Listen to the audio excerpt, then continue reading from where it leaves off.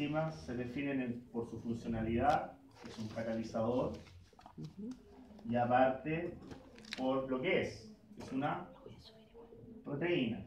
Por lo tanto, cumplen básicamente, o sea, primero cumplen con todas las propiedades de proteína que ustedes vieron en la primera unidad, es decir, tienen una forma en el espacio, están conformados por aminoácidos unidos mediante enlaces peptídicos, tienen estructura primaria, secundaria y terciaria cuaternaria, tienen básicamente desnaturalización. Todo lo que ustedes aprendieron en proteína tienen que volverlo a aplicar a enzimas, pero ya en forma más específica. Y el concepto de catalizador es simplemente que es un acelerador, es básicamente aumenta la velocidad de las reacciones químicas. ¿Okay? Después, yo lo voy a colocar de la forma que a lo mejor es más fácil de aprenderlo. Está lo que se llaman las propiedades de las enzimas. Las propiedades de las enzimas, y ahí obviamente nos vamos a encontrar con, primero, cómo son afectados por los parámetros ambientales.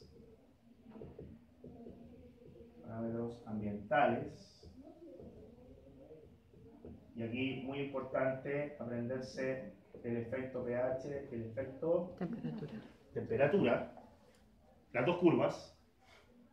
pH, la curva de campana de Gauss, que se explica por la ionización, y en la temperatura, la curva donde tenemos una caída lenta a bajas temperaturas y una caída rápida a temperaturas mayores. Pero estas dos también se caracterizan por un concepto, que es el concepto del O. Otra propiedad de las enzimas es la clasificación.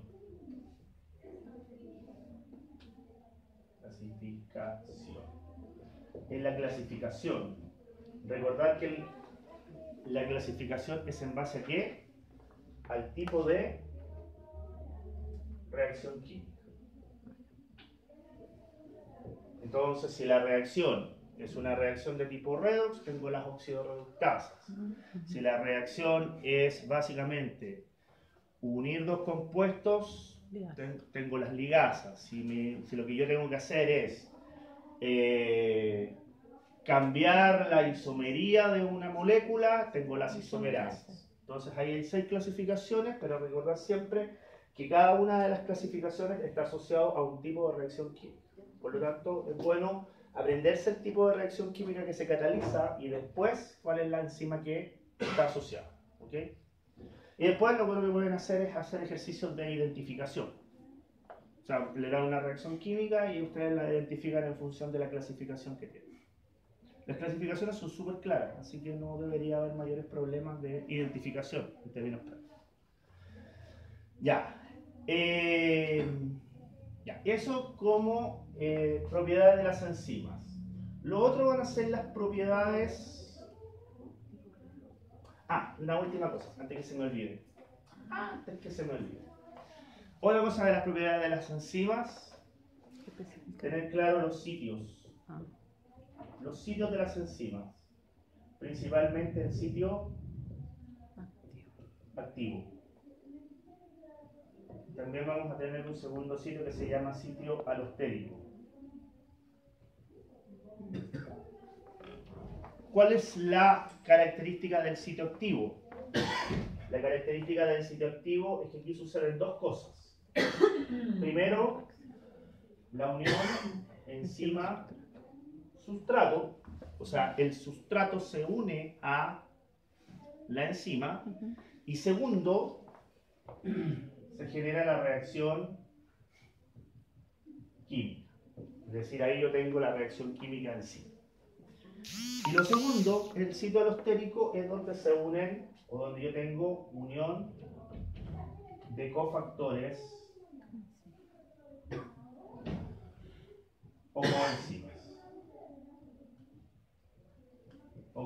¿Qué es lo que eran los cofactores y las coenzimas? Son básicamente estas moléculas que son capaces de activar a la enzima. Ya, eso con respecto a las propiedades de enzima. ¿Alguien tiene un papelito? facilitar los Que me está escribiendo una niña, pero yo no puedo. Tiene un pedacito de confort, papelito, pañuelo. A ver. No sé si me va a servir de mucho, pero. Ahí tiene confort. No, toma. Este es mejor que ese. Tengo que arrugarla y tengo que hacerlo. Ya. Ahora sí, muchas gracias. Ya, lo segundo, ahí aprovechando eso, está lo que son las propiedades del complejo enzima-sustrato. Es decir, cuando yo tengo enzima y sustrato unidos. Y aquí, obviamente, tienen que tener cuidado con este concepto que es el concepto de la complementariedad. Que también ustedes lo pasaron como especificidad. Complementariedad, que es la especificidad. Que básicamente para que exista la unión entre la enzima y el sustrato, tiene que existir una complementariedad entre el sitio activo y el sustrato. Ejemplo, si el sustrato es grande, el sitio activo es grande. Si el sitio activo es polar, el sustrato es polar. Si el sustrato tiene cargas positivas, Negativa. el sitio activo de la enzima tiene que tener cargas Negativa. negativas. Complementariedad. Y en función de la complementariedad viene la segunda propiedad de los complejos enzima-sustrato, que tiene que ver con los mecanismos de unión.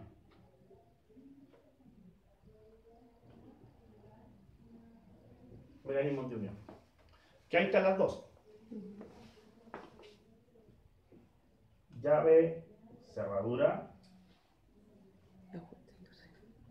Y este se va a dar cuando tenga 100% de complementariedad. Y si no lo tengo, voy a tener el ajuste inducido.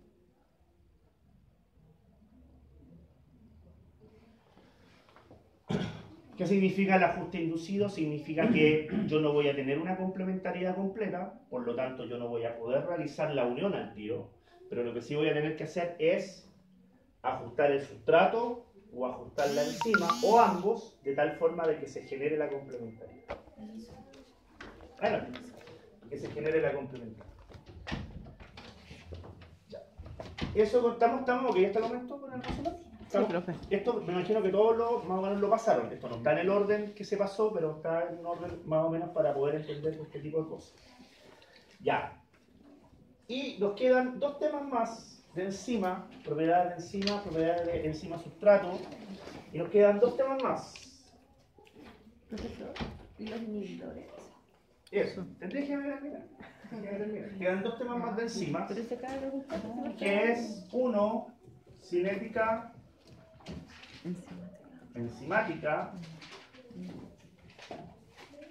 Uno es cinética enzimática. Y en cinética enzimática hay que recordar siempre los dos parámetros que hay que aprenderse: velocidad máxima y KM. Sí. Velocidad máxima está asociada a la máxima velocidad que puede obtener una enzima a determinada concentración de sustrato. KM está asociado a la afinidad que tiene un sustrato con una enzima. Y básicamente, bueno, una cosa que hay que recordar, que la cinética enzimática siempre se va a dar en una tabla o en un gráfico que sea velocidad versus concentración de sustrato. Siempre la cinética enzimática tiene este gráfico, velocidad, y este gráfico es el famoso gráfico de la hipérbole, que es la famosa hipérbole. Al contrario de estos dos, que son los que tienen el óptimo, el pH y la temperatura son los que tienen óptimo, el cinética enzimática es el que tiene el máximo, el que tiene el plano hacia arriba. Ya. Y del KM, recordar que es inversamente proporcional a la afinidad. Es decir, si el valor numérico de KM es alto, la afinidad es baja. Si el valor numérico de KM es bajo, la afinidad es alta. Inversamente proporcional a la afinidad. Y el último tema que se vio en enzimas fue el tema de inhibidores. Permiso. Adelante. De inhibidores, no olvidar las divisiones. Primero voy a tener inhibidores irreversibles.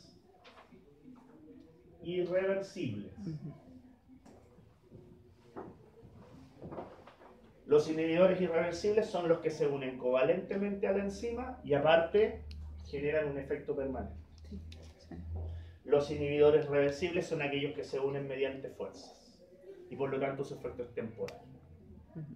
¿Ok? Esas es como las definiciones, las grandes definiciones de los dos inhibidores. Y de los inhibidores reversibles nos encontramos con los inhibidores competitivos, no competitivos y acompetitivos.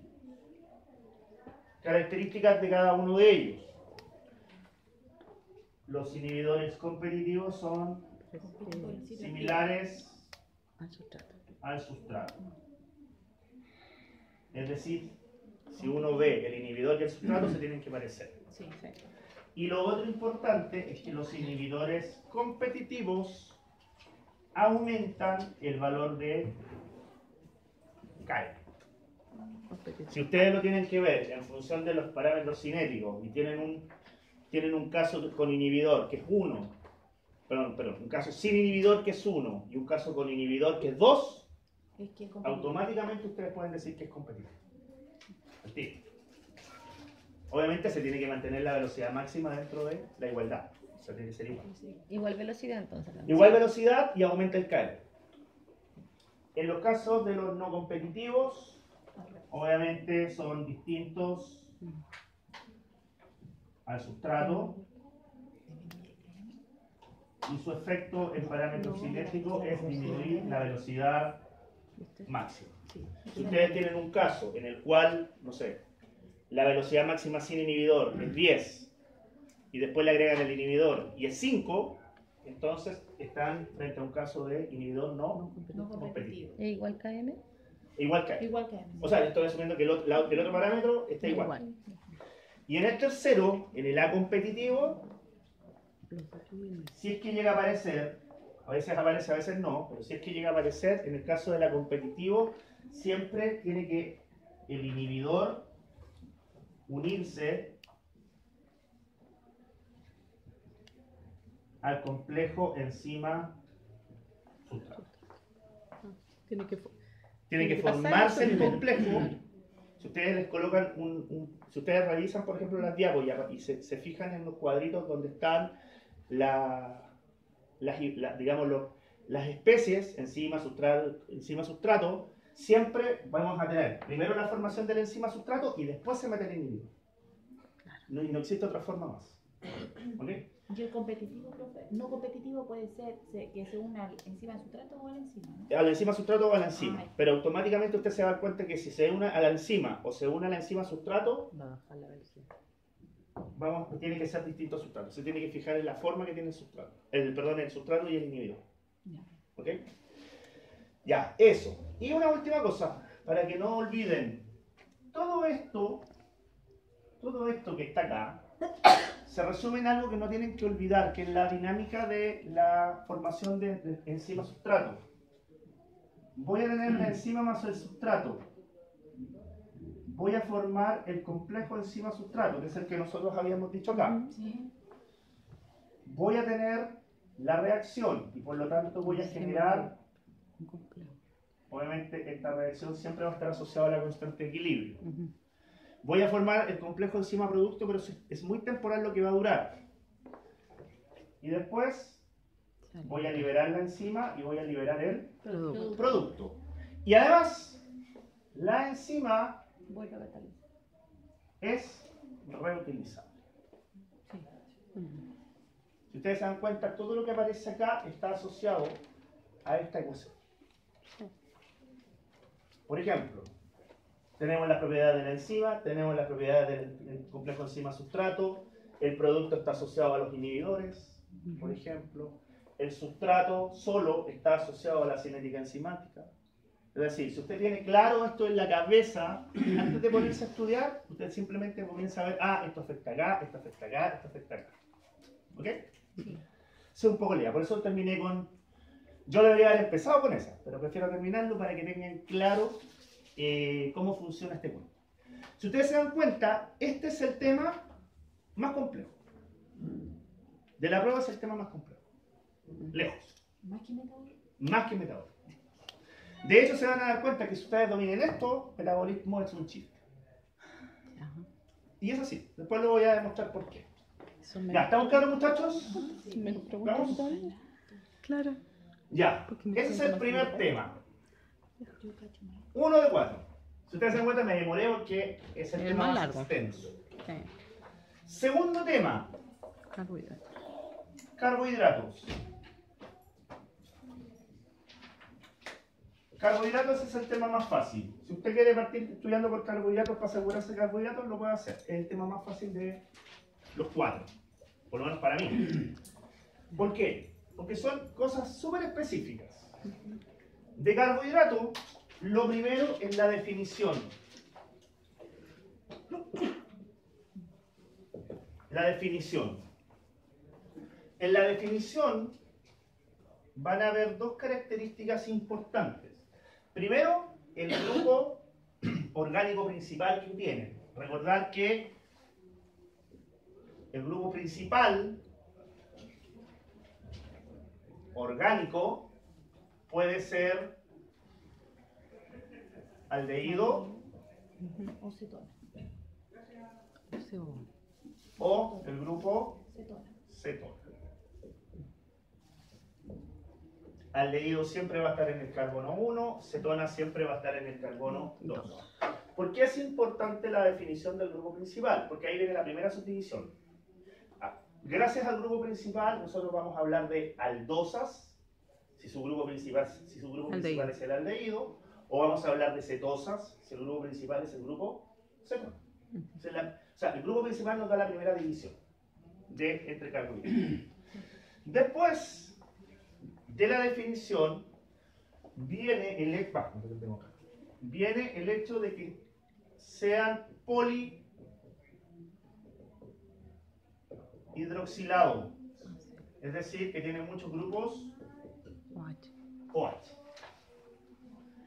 De esta segunda parte de la definición, van a venir dos propiedades, va a venir una propiedad muy importante desde el punto de vista de los carbohidratos y desde el punto de vista además de los monosacáridos en específico.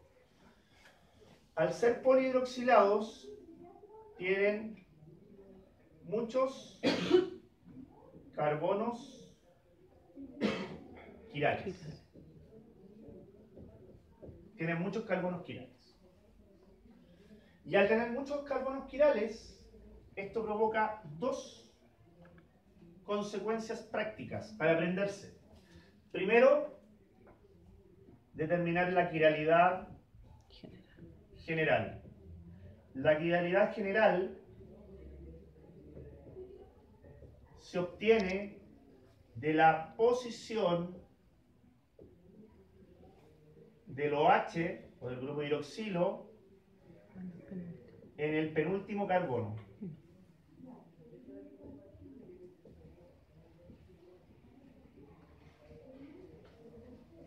Por ejemplo, si yo tengo un monosacárido, voy a ponerme en el caso de los monosacáridos, que tiene 6 carbonos, yo me tengo que fijar en el carbono 5. Si yo me fijo en el carbono 5, la posición del OH puede estar hacia la derecha o hacia la izquierda. Sí. Si está hacia la derecha, es D. Si está hacia la izquierda es L. Y de la quiralidad general, el monosacárido o el carbohidrato de tipo D es el biológicamente activo. O sea, cuando usted le digan, ¿cuál de los dos carbohidratos es biológicamente activo? Usted qué va al penúltimo carbono y el oxígeno tiene que estar hacia la derecha. El grupo OH tiene que estar hacia la derecha. El grupo hidroxilo tiene que estar hacia la derecha. ¿Por qué? Porque ese es el D y el D es el biológicamente activo. ¿Ok? Ya, eso con respecto a la quiralidad general. Y segundo, por lo menos en el caso de los monosacáridos, está asociado al nombre. Entonces, para aprenderse los carbohidratos, porque yo sé que ustedes les pidieron algunos carbohidratos que se aprendieran. La ribosa, la glucosa, la galactosa, La fructosa. la manosa, etc. Tienen dos opciones. O se aprenden Sí. la estructura de memoria, o se aprenden cómo van los OHs. Por ejemplo, en la glucosa en el carbono 2, izquierda, derecha, derecha, izquierda, derecha. ¿Ustedes van a la estructura? Pueden aprendérsela de esa forma. ¿Por qué? Porque el nombre está asociado a la posición de los OH. O hacia la izquierda o hacia la derecha, dependiendo del número de carbonos. Menos sí. Menos aprender así. Eso. Son dos formas de poder aprenderse. La otra sería aprendérselo de memoria. Que no es malo. Pero yo tengo una memoria muy mala, así que... Ya. ¿Estamos claros entonces hasta acá? Sí. Ya. Eso como primera parte. La segunda parte tiene que ver con el concepto de ciclación. Recordar que los carbohidratos, sobre todo los monosacáridos, se ciclan. ¿Cuál es la razón por la cual se genera la ciclación? Es por la protección del grupo principal. Es decir, yo voy a proteger el grupo aldehído o voy a proteger el grupo cetona y por lo tanto, para eso lo que yo hago es ciclar el carbohidrato. Y además, esta protección del grupo principal es porque está en ambiente extracelular. Es decir, la ciclación la van a encontrar siempre fuera de la célula. Dentro de la célula normalmente nos encontramos en forma abierta y por eso es más fácil metabolizar. Y en la ciclación, recordar que hay dos posibilidades. Primero, sería formar un anillo de tipo piranosa, que es este anillo de 6 lados con un oxígeno en uno de los extremos, o formar una furanosa, es decir, este anillo de 5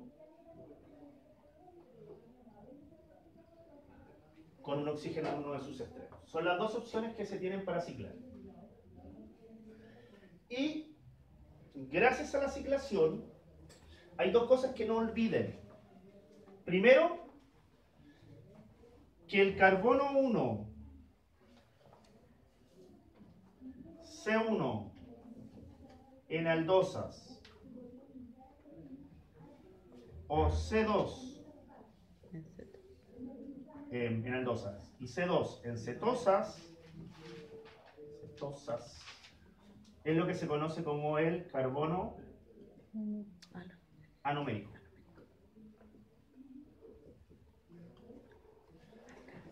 Si ustedes se van a un dibujo, de piranosas y furanosas, el carbono anomérico normalmente va a ser este, sea C1 o sea C2. Y si usted quiere ponerle número a los ciclos, la numeración va partiendo desde acá o partiendo desde un poco más arriba, va siempre en el sentido de las agujas del reloj. Es decir, este es el carbono 1, 2, 3, 4, 5 y si hay otro 1 acá, 6. Si partimos desde acá, este es el carbono 1, 2, 3, 4, 5 y bueno, generalmente acá arriba también, si es que hay un sexto carbono, 6. Estoy colocando los ejemplos. ¿Por qué? Porque es muy fácil perderse. Y son importantes las numeraciones, ¿por qué? Porque más adelante viene el otro tema, que es el enlace, la formación del enlace glucosídico. Vienen los enlaces glucosídicos, hay que nombrarlos por unión, por carbonos que se unen. Ya, y no olvidar que el carbono numérico me da dos tipos de isomería, isomería alfa o isomería beta. ¿De qué depende? De la posición del grupo H en el carbono numérico. Si está bajo el plano, es alfa. Si está sobre el plano, es beta. ¿Ok? El otro tema de carbohidratos que entra es enlace glucosídico.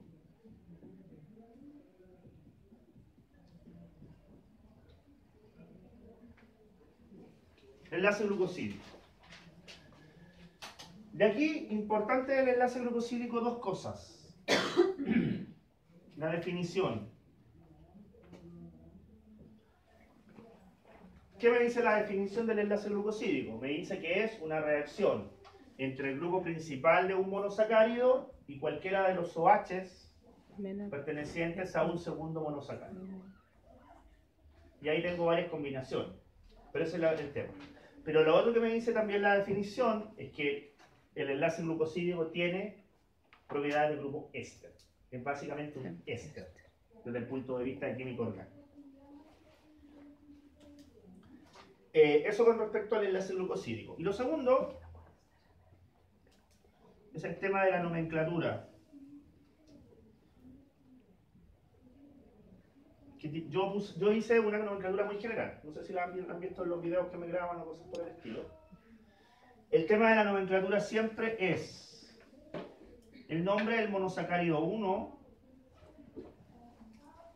paréntesis, el carbono del enlace, flecha, carbono de enlace y el nombre del monosacárido 2. Nombre del monosacárido 2. Por ejemplo, si yo uno una glucosa y una galactosa, la glucosa participa el carbono 1, en la galactosa participa el carbono 4, ¿cuál sería el nombre de la nomenclatura? Glucosa, paréntesis, 1, flecha 4, cierra paréntesis, galactosa. ¿Por qué es importante la nomenclatura? Porque después va a ser importante cuando tengamos polisacáridos. De hecho, en polisacáridos, por ejemplo, en glucógeno, a ustedes les dijeron que el glucógeno tenía enlaces del tipo alfa 1,4 y alfa 1,6, ¿no es cierto? Sí. ¿Sí o no? Sí. Ya. Ese 1,4 y ese 1,6, en un enlace participa el carbono 1 de la glucosa con el carbono 4 de otra glucosa, y en el 1,6 participa el carbono 1 de una glucosa con el carbono 6 de la otra glucosa. Entonces, por eso es importante de repente tener claridad con respecto a esta nomenclatura base. ¿Ok? Ya, y que no me va a alcanzar ahí, pero que lo voy a colocar acá. ¿Y eso de lineal ramificado también? Sí, por eso, pero es básicamente para que puedan entender cómo yo puedo llegar a distinguir un tipo de enlace glucosídico. El enlace glucosídico se distingue por los carbohidratos que participan y además por los carbonos que participan. Eso en general. Que sea ramificado o lineal es básicamente consecuencia de eso. Es que hay algunas preguntas en los de controles formativos que estaban abocadas a eso. Sí, por eso. Ahora voy a eso. Ya. Finalmente, el último tema de carbohidratos son polisacáridos. En los polisacáridos voy a tener una primera división. Voy a tener polisacáridos homo y voy a tener polisacáridos hetero. Usando el mismo sentido de la palabra. Homopolisacáridos son todos los monosacáridos iguales. Pura glucosa, pura galactosa, pura fructosa, pura manosa. Solo uno. Todos iguales. En los heteros hay distintos. Hay distintos. Puede ser galactosa fructosa, glucosa manosa, o pueden ser de 3, etc. Ahí estamos hablando de polisacáridos de tipo hetero. Y después, por cada una de ellas, viene el concepto de lineal y ramificado.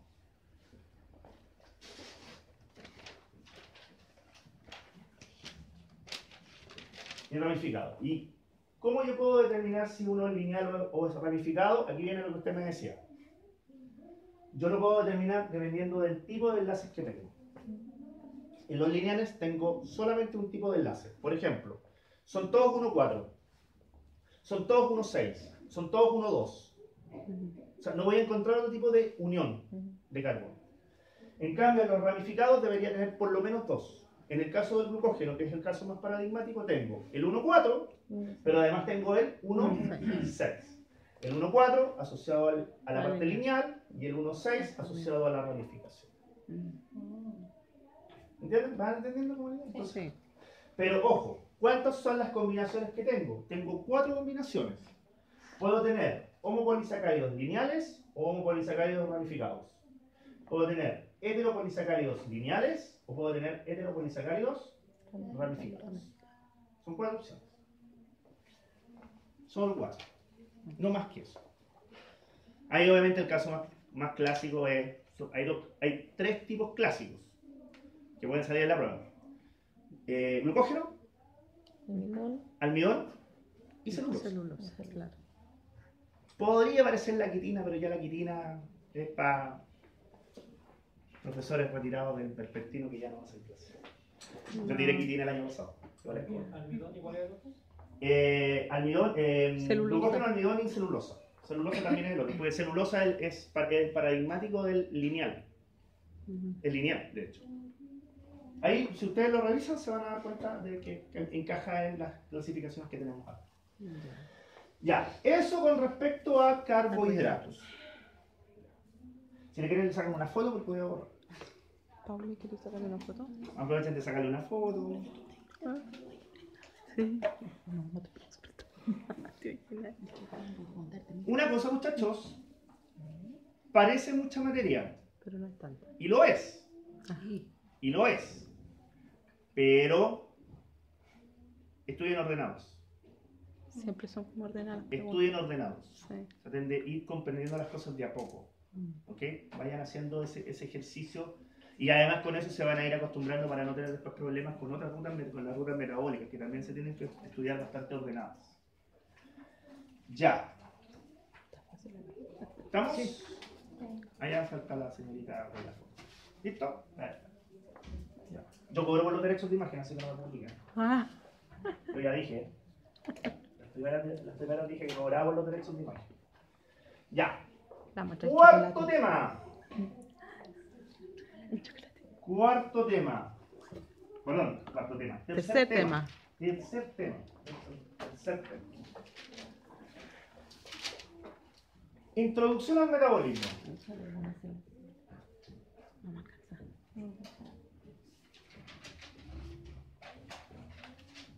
Ya. De la introducción al metabolismo, yo voy a subdividir esto en 3 cosas que se tienen que aprender.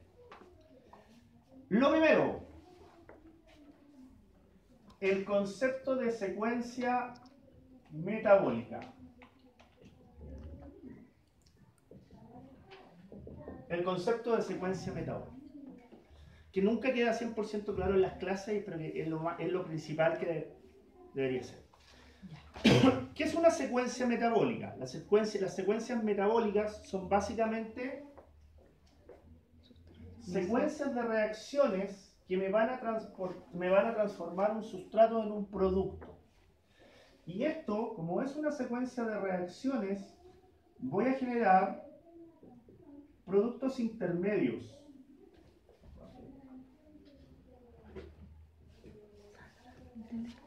Productos intermedios. Ahora, ¿qué tiene la secuencia metabólica de especial? Acá hay un sustrato y acá hay un producto. No te puedo. Por lo tanto, ¿qué me falta? ¿Perdón? La enzima. La enzima, muy bien. Por lo tanto, las secuencias metabólicas No te estoy diciendo. siempre tienen asociada una enzima. Y aquí es donde yo hago la del maldito. Aquí es donde yo hago lo del maldito. Para entender esto, Ya, ¿sabes lo otro? hay que dominar enzimas. Así de simple. Si usted quiere entender esto, primero esto. Por eso yo les decía que introducción al metabolismo, o sea, el metabolismo parece muy difícil, pero se simplifica bastante si usted domina enzimas, porque empieza a hacer las relaciones. ¿Ok? Ya, por lo tanto, de una secuencia metabólica siempre van a haber cosas que van a ser básicamente identificables. Primero, este S se va a llamar sustrato inicial.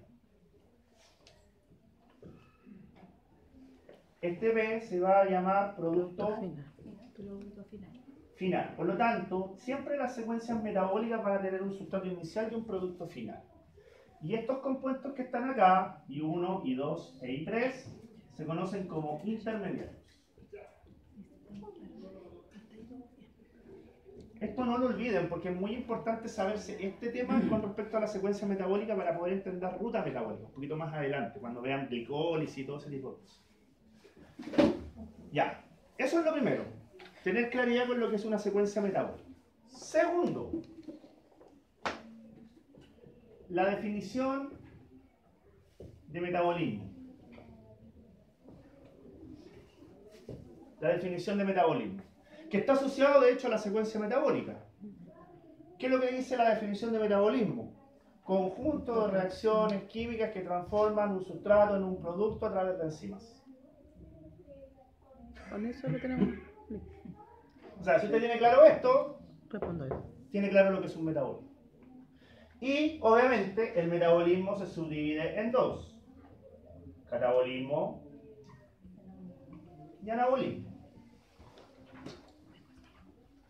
Catabolismo siempre están asociadas a procesos de degradación Buscarlo, cultura. y anabolismo a reacciones de síntesis de moléculas. Y yo no sé si alguien anda con las diapos. ¿Alguien anda con las diapos acá? Ideal si alguien anda con las diapos. Ahora color. Ya. Ahí tiene. ¿Me falta la Pamela? Aquí ya tengo. Paulina. No, que también. Era con P, me acordaba. Paulina. Paulina. La Paulina. Aquí está. 1, 2, 3, 4. 3, 4. Ya. Diapo 6 La que teníamos que dormir. de la clase 10. Dormí con ella. Diapo 6 de la clase 10. Justo la que tiene usted ahí. Diapo 6 de la clase 10. Aprenderse. Esta. De memoria. Aquí está la clave de todo. ¿Mm? Ahí está el 7. Aquí está la clave. Usted se aprende esta, está listo.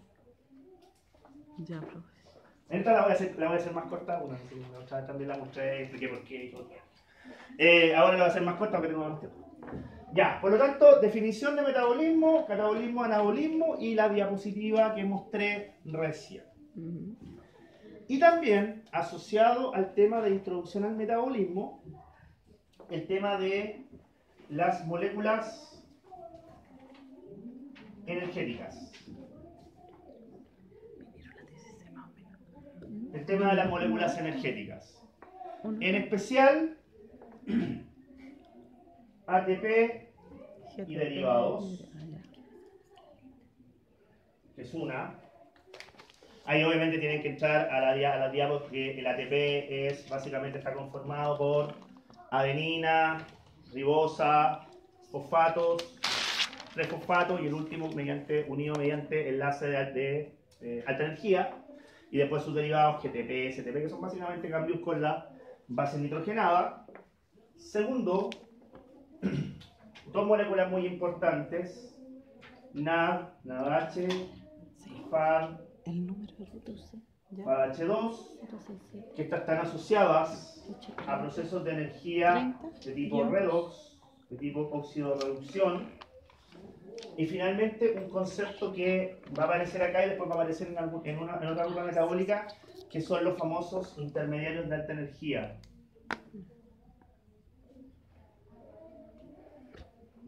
Los famosos intermediarios de alta energía. ¿Qué son los intermediarios de alta energía? Tampoco voy a explicarlo rápido. Los intermediarios de alta energía son moléculas que, cuando yo las metabolizo, puedo obtener rápidamente ATP o directamente ATP. Y ahí aparecen dos: los intermediarios de alta energía de las rutas metabólicas y la fosfocreatina, como ejemplo. La fosfocreatina es el ejemplo del intermediario de alta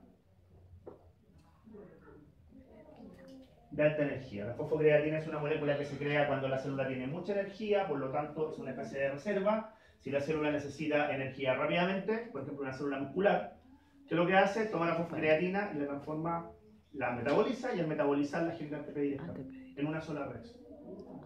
Eso significa un intermediario de alta energía. Una consulta. Consulta. Eso es lo que consumen los deportistas. Exactamente. Que no sirve para nada, pero ese es un tema que lo podemos discutir otro día. Ya, pero sí, exactamente. La creatina la consumen los deportistas precisamente para poder, en teoría, generar fosfocreatina y tener mayor capacidad de resistencia, de energía. Ya, eso con respecto a lo que es introducción al metabolismo. Ah, y bueno, me falta una parte, pero esa la van a tener que estudiar. Solito. Yo hice un resumen la semana pasada, lo pueden ocupar, por ahí debe estar, Sí. que es el tema de las regulaciones. Y no lo voy a alcanzar a ver acá.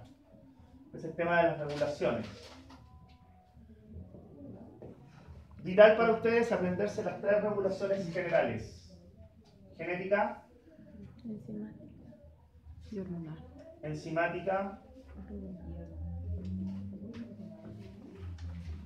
Fíjense, nuevamente aparecen las enzimas. ¿Y por qué aparecen las enzimas? Porque es regulación Porque que se las puede- enzimas están metidas en la ruta metabólica. Y además, hormonal. regulación hormonal. Por lo menos con esas 3 que ya se sepan, están listos. Ya. Y el cacho. El cacho para el final. El cacho para el final.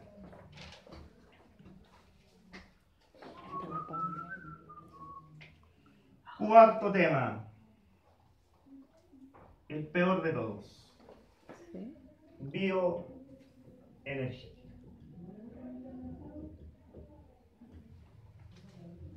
Ya. Esto lo voy a explicar. ¿Qué hora es? A propósito, parece que estamos en 12 para las 7. ¿Cuánto? 12 para las 7. Ah, 12 para las 7. Oye, me fui rápido. No. Después para hacer los ejercicios. Ah. Ah, no. No, y aparte de llegar, así que el metro estaba un asco.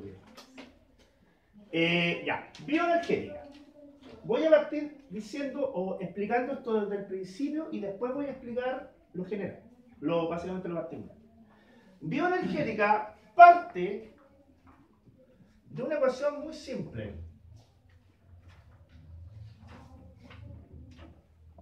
Que es la ecuación más simple de la energía. Energía es igual a trabajo más calor. ¿Cómo se define trabajo? La parte de la energía que genera un cambio. ¿Cómo se define calor? La parte de la energía que no es trabajo.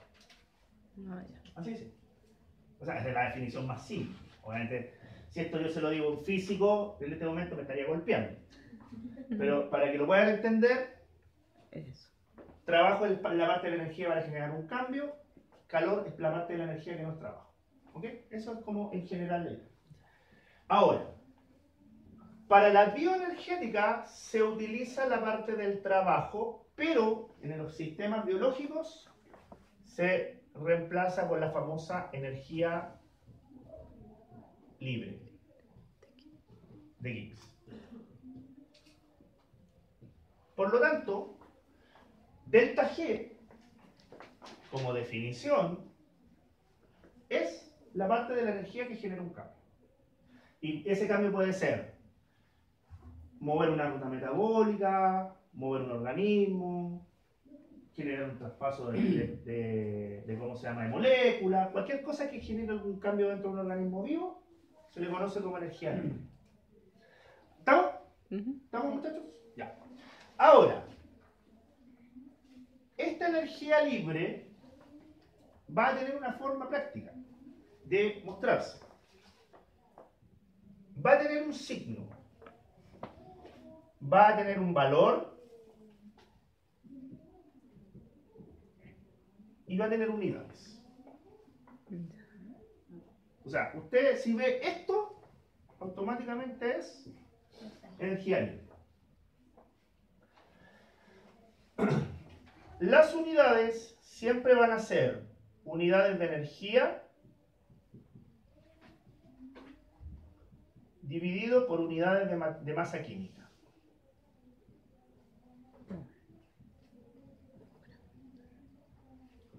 Unidades de energía dividido por unidades de masa química. Y en la unidad de energía se van a encontrar con dos clásicas. caloría o joule si es el sistema internacional. Entonces yo puedo tener caloría y bueno, y de masa química, unidad de masa química, ustedes ya Mol. saben que la clásica es el Mol. mol. La clásica es el. Entonces yo puedo tener calorías dividido por milimoles, joule dividido por moles, kilojoule dividido por milimoles, cualquier combinación. Siempre es unidad de energía, caloría o joule dividida por unidad de masa química, mol o sus derivados superiores o inferiores. ¿Okay? Eso es como para que lo puedan identificar. El número representa la intensidad. Representa la intensidad. Obviamente, si mientras más grande es el número, es mayor la intensidad. Bueno. Y aquí viene lo más importante. Lo más importante es esto. Incluso más importante que saber hacer los ejercicios. ¿Por qué? Porque este signo tiene una interpretación. Tiene una interpretación. Y como tenemos poco tiempo, yo voy a hacer una tabla que quiero que ustedes la anoten y se la vean. ¿Cómo yo interpreto, o cómo, en realidad, más que yo, porque yo no voy a dar la prueba, ya la di, Yo la hice. hace 15 años atrás, no sé, o 20 años atrás, no, como 20 años atrás. Ahí sí. ¿Cómo yo voy a interpretar el signo? Lo voy a interpretar utilizando varios parámetros. Aquí tengo delta G. Yo puedo interpretarlo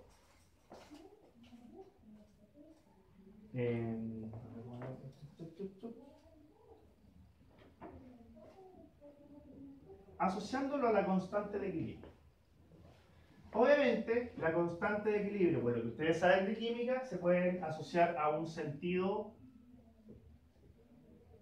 de reacción. Después, yo puedo asociar ese delta G con la energía.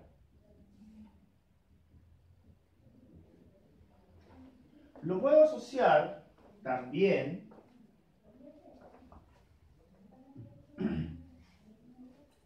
con un concepto que se va a llamar espontaneidad.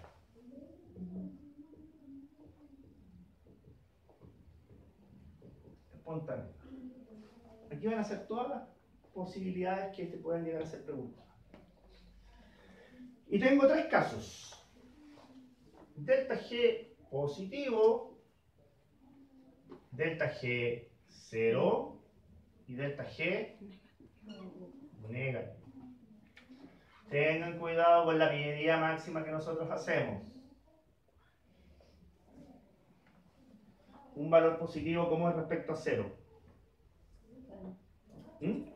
¿Mayor o menor? Mayor, ¿no es cierto? Un valor negativo, ¿cómo es respecto a 0? ¿Mayor o menor? Menor. Ojo con eso, porque es la otra forma de poder colocarlo. Puede ser por signo o puede ser mayor a 0, menor a 0. Ojo con eso. Ahí lo de su compañero es correcto. Si es positivo, es mayor a 0. Si es negativo, es menor a 0. Ojo con eso, que también hay otra forma de preguntar. Si nuestra maldad no tiene límites. La maldad de un profesor de bioquímica no tiene límites. Ya. ¿Qué pasa en el caso de delta G positivo? Vamos a ir a cada uno de los casos. Cuando delta G es positivo, la constante de equilibrio es menor a 1. ¿Qué significa menor a 1? 0,5, 0,04, 1 por 10 elevado a la menos 3, etcétera, etcétera, etcétera. Menor a 1. Si delta G es negativo, la constante de equilibrio es mayor a 1. Y si es 0, la constante es igual a 1. Si es 0. Ustedes saben que dependiendo del valor de la constante de equilibrio es el sentido de la reacción. Si mi constante de equilibrio obviamente es menor a 1, el sentido de la reacción está orientado hacia los sustratos. Si Por el contrario, la constante de equilibrio es mayor a 1, el sentido de la reacción está hacia los productos. Y si estamos en el caso 0, nosotros decimos que estamos en una situación de Igualdad. equilibrio. Situación de equilibrio. ¿Qué pasa con respecto a la energía? Cuando delta G es positivo, decimos que la reacción es endergónica. O que necesita energía. Endergónico o que necesita energía. Si por el contrario el valor de delta G es negativo, decimos con respecto a la energía que es exergónica. Es decir, que libera energía. Y si el valor es 0, no hay interpretación. Solamente se interpreta el signo positivo o el signo negativo. Si es 0, no hay interpretación de energía. ¿Ok? Y finalmente viene este concepto que es el concepto de la espontaneidad. El concepto de la espontaneidad tiene que ver con si una reacción química sucede o no sucede. Esa es como la pregunta que generalmente se hace. ¿Esta reacción química sucede o no sucede? ¿Cómo uno responde esa pregunta? Esa pregunta uno la responde por dos parámetros. Una reacción va a ser espontánea cuando genera producto. Genera producto. Y segundo, el producto es medible. Entonces, en el caso del delta G positivo, ¿se genera producto? ¿Sí o no? No, ¿Por qué no se genera producto? porque va orientado. Porque el sentido de la reacción va hacia los sustratos. Por lo tanto, la respuesta es No. que no es espontánea. En el caso del delta G negativo, Sí. ¿se genera producto? Sí. Por lo tanto, se dice que en el caso de delta G negativos, sí es espontáneo. ¿Y en el 0? También se genera producto. ¿Se genera producto? Sí, pero podría llegar a medir el producto. No. Porque en la medida que yo voy haciendo producto, lo voy transformando automáticamente en sustrato. Entonces, ¿genero producto? Sí. ¿Pero lo podría llegar a medir? No. No, porque tú lo vas generando y automáticamente lo vas pasando a sustrato. Por eso se llama situación de equilibrio. Por eso se llama situación de equilibrio. Entonces, cumplo con el primero, pero no cumplo con el segundo. Por lo tanto, No. no es espontáneo. Esto que está acá, esa tabla, Aprender. es la clave del 80% de las preguntas de biología. Ya. Porque al final lo que se va a pedir es interpretar el resultado. Por ejemplo, de un momento, ¿qué me pueden decir de este valor? Más 3 kilocalorías mol. ¿Cómo lo interpretarían? La reacción endergónica. Sí. La reacción es endergónica, no es espontánea, No quería hablar de los está genera desplazada hacia los sustratos Y es mayor a 1. y tiene una constante de equilibrio Mayor a 1. menor. O menor. Independiente que usted llegue al valor por un ejercicio numérico o le den el valor, siempre le van a pedir interpretar. Siempre le van a pedir interpretar. ¿Tiene el ejercicio de cátedra? Lo que ¿Ah? hicimos. La constante de equilibrio es menor a 1 porque si no, no se daría el caso de que el sentido de la es que reacción no es son hacia el esos sustrato. ejercicios, pues son más Cuando ustedes complicados. pasaron constante de equilibrio en Fórmula. Química, Sí. ¿qué es lo que era básicamente la constante de equilibrio? Era una relación entre productos y Y sustratos, sustrato, sí. ¿no es cierto? Y si esa relación estaba desplazada hacia los sustratos, el valor numérico era menor a 1. En cambio, ¿por qué? Porque los sustratos están abajo y los productos están arriba. Si yo tengo más sustrato que productos, mi valor es menor a 1. En cambio, si yo tengo la reacción desplazada hacia los productos que están arriba son más grandes que los sustratos que están abajo, la cantidad. Y por lo tanto, mi cociente es mayor a uno. 1. Para eso hay que ir al Le Chatelier y constante equilibrio de química. ¿Ah? Sí, por supuesto. Siempre va el signo. Recuerden que si no aparece un signo, uno asume el signo positivo. Por razones lógicas. O sea, si no va el signo al lado, lo asume como positivo. Pero al final, lo más importante es la interpretación que se le da al signo. Ya. O sea, si uno se sabe esta interpretación, Perfecto. podría incluso estar equivocado en el cálculo, pero sí lo podría interpretar. Ahora sí. A nosotros se nos hizo ejercicio sacando el delta G igual a menos una Sí. constante R por tiempo, Por temperatura. era Sí. logaritmo natural. Ya. ¿Viene Eso, en ese eso era ejercicio? justamente lo que quería dejar para el fin. Justo para el fin. ¿Vienen Porque esos el ejercicios cacho. también? ¿Ah? ¿Vienen esos Están en la cátedra. Sí, es que a nosotros Sí, no nos se interesan. supone. Que a nosotros nos pasaron la materia, así que entendemos que tenemos que aprender. Yo, como siempre digo, como los profesores son dueños y señores de sus cátedras, ellos decidirán si entran o no entran al ejercicio. Yo este año no lo pregunté porque no lo alcancé a pasar, pero lo alcancé a pasar solamente en forma general. Pero en los otros años se me ocurren los ejercicios más extraños posibles. Ahí tengo a los alumnos 10 minutos, 15 minutos tratando de resolver. Le hago una consulta. Nosotros teníamos un ejercicio en cátedra, ¿ya? Y lo resolvimos con el profesor, Ujú. lo explicó, pero dentro de los resultados solamente, o sea, nos preguntaban por la constante de equilibrio, Sí, pero el único resultado correcto era el logaritmo natural. sí, por Y de eso. ahí encadenaba todo lo demás que Ya. no nos cuadraba nada. Es que ahí van ahí van las últimas dos cosas que yo quiero hablar con respecto a esto. Por eso mismo lo dejé para el final, porque yo sabía que se iba a generar. ¿Qué pasa con respecto a los ejercicios numéricos de esto? Los ejercicios numéricos. Los ejercicios numéricos pueden ser de dos tipos. Primero, que es lo más sencillo, lo más simple.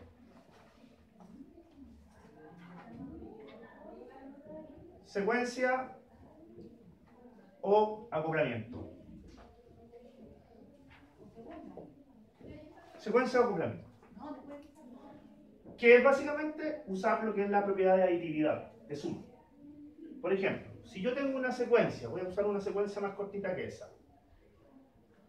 Delta G1, inhibidor 1, delta G2, producto. Supongamos que yo tengo esa secuencia, sustrato, inhibidor 1, producto. La reacción entre el sustrato y el inhibidor 1 tiene un delta G1, la reacción entre el inhibidor y el producto tiene un valor de energía de delta G2. Y la pregunta que a mí me hacen es, delta G total. ¿Cuánto es el valor total? Lo que yo tengo que hacer es sumar delta G1 más delta G2, respetando los signos. Ya. Respetando los signos. O sea, si voy a sumar positivo con positivo, es suma directa, pero si es positivo con negativo, es Resta. Claro. por eso respetando los signos. Ojo con eso. Y esto, desde el punto de vista de la generalidad, me dice que delta G total es igual a la sumatoria de todos los delta Gs que conforman la secuencia. Si tengo 10 reacciones, tengo que sumar los 10 delta G. Si tengo una secuencia de 4, los 4 delta G. ¿Ok? Ya. El segundo caso es el caso de este es el primer caso. El segundo caso es el caso de secuencia. El segundo caso es el caso de acoplamiento. ¿Cuándo yo sé que voy a tener un caso de acoplamiento? Cuando tengo una molécula energética.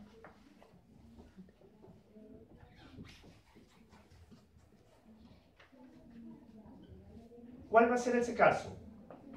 Ese caso va a ser, por ejemplo, voy a tener una reacción 1, sustrato a producto, y el delta G1 de esta reacción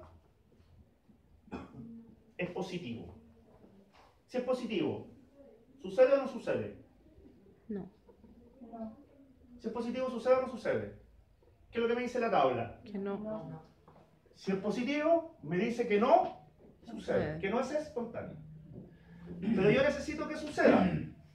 Por lo tanto, le voy a asociar una molécula energética. Aquí yo voy a colocar como ejemplo el ATP para que quede más claro. Entonces aquí voy a colocar ATP pasando a ADP Y más pi. más fosfato. El delta G de la molécula energética siempre va a ser negativo. Siempre. Porque obviamente siempre las moléculas energéticas, ¿qué es lo que hacen? Absorben o liberan energía. Absorben o liberan energía.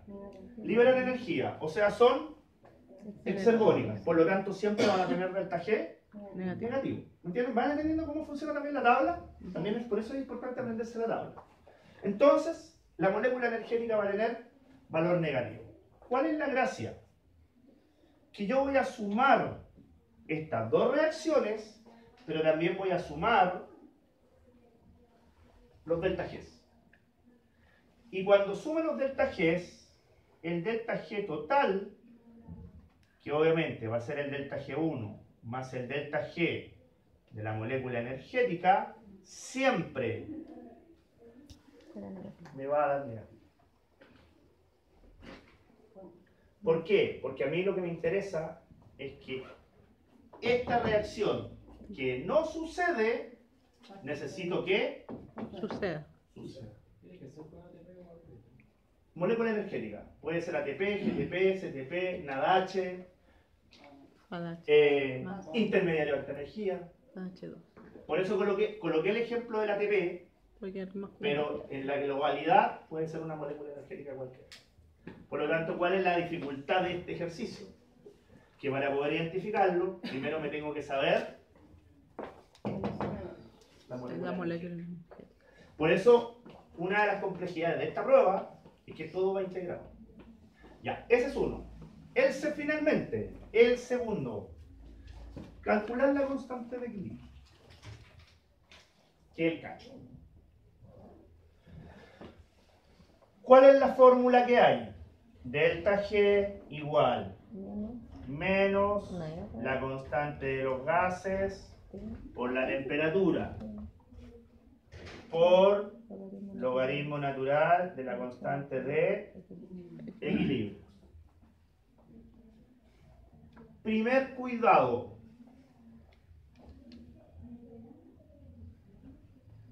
Las unidades energéticas.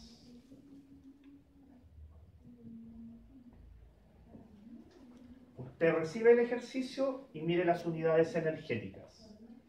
¿Por qué? Porque va a tener unidades energéticas el delta G, pero también va a tener unidades energéticas la constante de los gases. Las dos unidades energéticas tienen que ser iguales. Por ejemplo, si delta G está en kilocalorías y la constante de los gases está en calorías, ¿qué es lo que tengo que hacer? Transformar. Igualarlas. Lo más lógico es que el delta G lo multiplique por 1000 y así le queda en calorías. Ese es el primer warning que tienen que ver al hacer un ejercicio de ese tipo. Las unidades energéticas tienen que ser iguales. Segundo warning que tienen que tener con respecto a este ejercicio. La temperatura tiene que estar en grados Kelvin. Por lo tanto, si la temperatura está en Celsius, tiene que sumarle 273. Sí. Sí. ¿No es cierto? Porque si usted se pone a hacer el ejercicio sin hacer ningún cambio, ahí se va a mandar el cagado. Claro. Entonces, estos dos warnings que yo coloco acá, estas dos cosas, son las cosas que uno tiene que ver antes de ponerse a hacer el ejercicio. Y después, uno despeja. Recomendación práctica. Trabaje solo con números. Olvídese de la unidad. Si hizo el cambio de unidades acá, después se olvida de las unidades. Las coloca al final. Y primero, haga el ejercicio matemático. Es decir, si a mí me piden constante de equilibrio, constante de los gases y temperatura, las paso dividiendo. Y trabajo solo con los números y dejo un solo número. Es decir, delta G dividido por menos, el signo negativo si quiere lo puede pasar arriba, por la temperatura es igual al logaritmo natural de la constante de equilibrio trabaja con esta unidad primero y saca un número. Saca el número directamente. Y se olvida de las unidades si la corrección ya la hizo acá. Ya. Y después, las famosas funciones.